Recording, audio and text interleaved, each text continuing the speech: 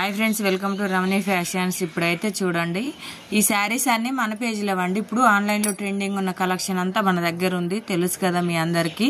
మనదే ఒక side online sari business, ఒక సైడ్ స్టిచ్చింగ్ ఉంటుంది. చూడండి, ఇప్పుడైతే ఈ శారీస్ బ్లౌజ్ కట్ చేస్తున్నాను. ఇంట్రెస్ట్ ఉన్న వాళ్ళు ఛానల్ని అయితే ఫాలో అవ్వండి. టైలరింగ్ నేర్చుకునే వాళ్ళు, టైలరింగ్ క్లాసులు కూడా ఉంటాయి మన పేజీలో, ఎవరు మిస్ కావద్దు. చూడండి, 2 ఫోల్డింగ్ చేసుకోవాలి. ఫోల్డింగ్ మన వైపు ఉండాలి. హ్యాండ్స్ అయితే కట్ చేస్తున్నాను. చూడండి, ఒక 1/2 ఇంచ్ ఉండేలా మార్కింగ్ పెట్టుకొని, ఇటు సైడ్ ఒక మార్కింగ్, ఇటు సైడ్ ఒక మార్కింగ్ పెట్టుకొని లైన్ అయితే డ్రా చేసుకోవాలి. లైన్ డ్రా చేసుకున్న తర్వాత హ్యాండ్స్ అయితే చూడండి, ఇలా అయితే మార్కింగ్ చేసుకుంటాను నేను. కరెక్ట్గా లైన్ దగ్గరికి మార్కింగ్ పెట్టుకొని హ్యాండ్స్ కుట్టు ఎంతవరకు ఉందో అంతవరకు కరెక్ట్ మార్కింగ్ పెట్టుకొని, ఒక 1/2 ఇంచ్ ఉండేలా ఎక్స్ట్రా మార్కింగ్ ఒకటి పెట్టుకొని, హ్యాండ్స్ ఎంతవరకు ఉందో అంతవరకు క్రాస్గా లైన్ డ్రా చేసుకొని హ్యాండ్స్ అయితే డ్రా చేసుకోవాలి. మీకు ఒకవేళ టేప్ కొలతతో హ్యాండ్స్ కటింగ్ కావాలన్నా నేను కామెంట్ చేయండి, చూపిస్తాను. ఇప్పుడైతే నేను ఇలా డైలీ ఇలా కట్ చేస్తాను కాబట్టి ఇలా చేస్తున్నాను. ఇలా కట్ చేసుకున్న తర్వాత చిన్న డాట్స్ అయితే ఇచ్చుకోవాలి. మెయిన్ దగ్గర, ఇటు చంక పీస్ దగ్గర ఇలా అయితే చిన్న డాట్స్ అనేది ఇచ్చుకోవాలి. తర్వాత బ్యాక్ పార్ట్ కట్ చేసుకున్నాము. ఫోల్డింగ్ తీసుకొని 2 ఫోల్డింగ్లు ఉండేలా చూసుకొని, ఫోల్డింగ్ మన వైపే ఉండాలి.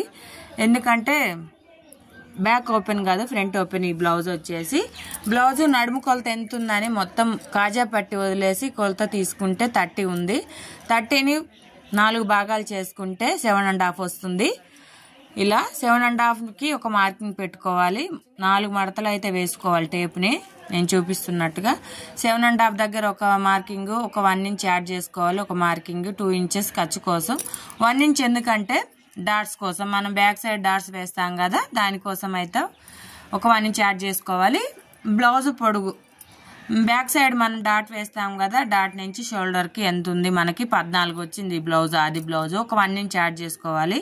ఎందుకంటే కింద సైడ్ 1/2 ఇంచ్ ఖర్చు, పైన షోల్డర్ దగ్గర ఒక 1/2 ఇంచ్ ఖర్చు కలుపుకొని 1 ఇంచ్ యాడ్ చేసుకోవాలి. నెక్ వచ్చేసి 2.5 ఎవరికైనా, షోల్డర్ వచ్చేసి 3 ఇంచెస్. 3 ఇంచెస్ తీసుకొని మార్కింగ్ పెట్టుకున్న తర్వాత చంకలో కోసం, లోతు కోసం 6 ఇంచెస్. ఎవరికైనా 6 ఇంచెస్, కొంచెం హెల్దీగా ఉన్న వాళ్ళకి మారుతుంది కొలత. 6 తీసుకొని మనము చెస్ట్కి వచ్చేసరికి 7.5 వచ్చింది కదా, ఒక 1 ఇంచ్ యాడ్ చేసుకోవాలి. 8.5 పెట్టుకోవాలి. ఒక 2 ఇంచెస్ ఖర్చు కోసం యాడ్ చేసుకోవాలి. మొత్తం లైన్స్ డ్రా చేసుకున్న తర్వాత బ్యాక్ సైడ్ నెక్ కోసం, నెక్ ఎంత ఉందో చూసుకొని నేనైతే డ్రా చేసుకున్నాను. ఒక 1/2 ఇంచ్ ఖర్చు కోసం.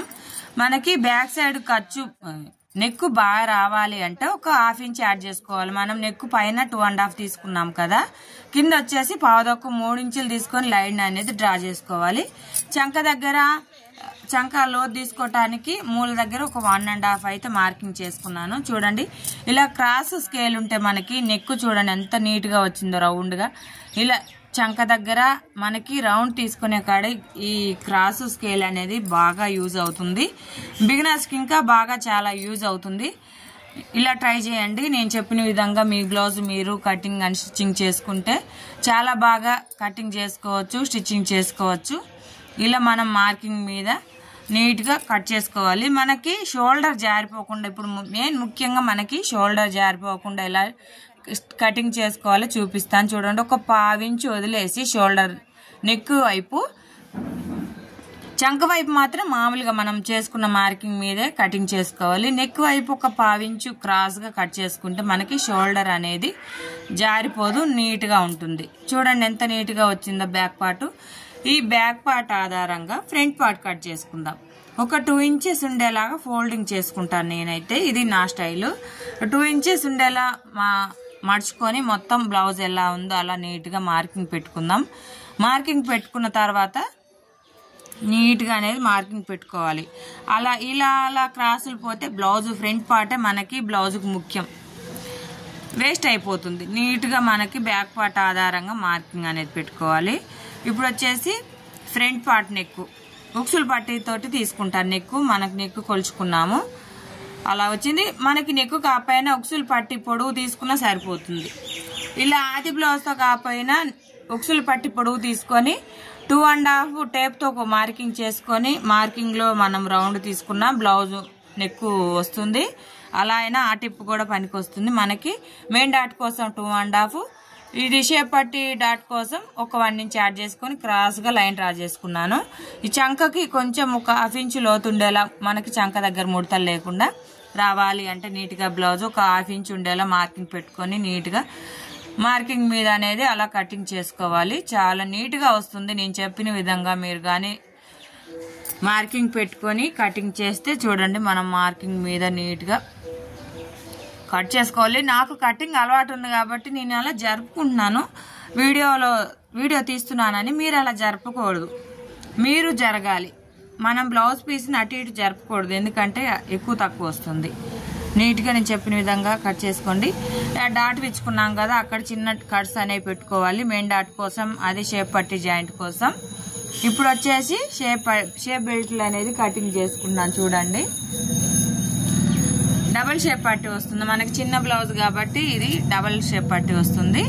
మనం ఉక్సులు పట్టి ఆధారంగా పొడవు అయితే తీసుకున్నాం, కరెక్ట్ గా సరిపోయింది. ఖర్చు ఉక్సులు పట్టి కాజా పట్టి మెయిన్కి వచ్చి పొడవు వచ్చేసి 3.5, ఇటు ఎడల్పు వచ్చేసి 4 ఇంచెస్ తీసుకోవాలి. 4 ఇంచెస్ తీసుకున్న దగ్గర 3 ఇంచెస్ పైకి మార్కింగ్ పెట్టుకోవాలి. ఈ చివర వచ్చేసి 3 ఇంచెస్ పెట్టుకోవాలి.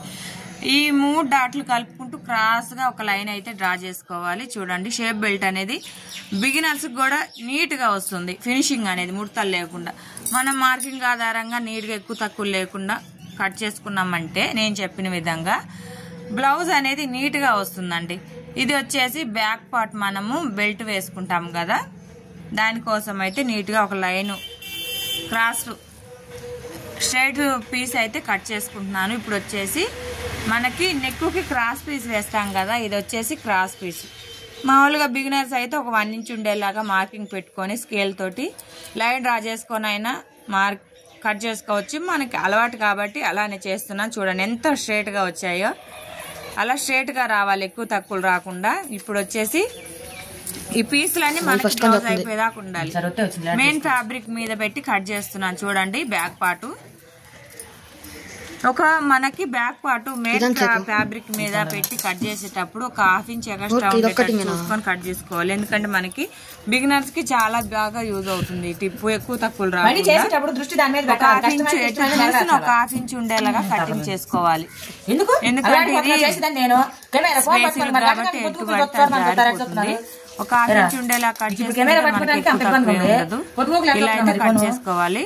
ఇప్పుడు వచ్చేసి ఫ్రంట్ పార్ట్ హ్యాండ్స్ తీసుకోవాలి. కానీ ముందు మనకి డిజైన్ వచ్చింది, కట్ వర్క్ డిజైన్ వచ్చింది కాబట్టి తర్వాత కట్ చేసుకుంటాను. ఫ్యాబ్రిక్ కూడా చాలా ఎక్కువగా ఉంది కాబట్టి తర్వాత వచ్చేసి ఫ్రంట్ పార్ట్ చూడండి, ఫ్రంట్ పార్ట్ అయితే క్రాస్ గా పెట్టి కట్ చేస్తున్నాను.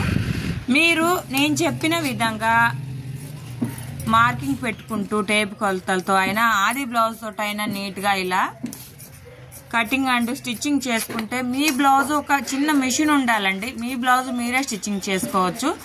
ఇలా మీకు యూజ్ అయ్యే ఇలాంటి టిప్స్ ఎవ్వరు చెప్పరు.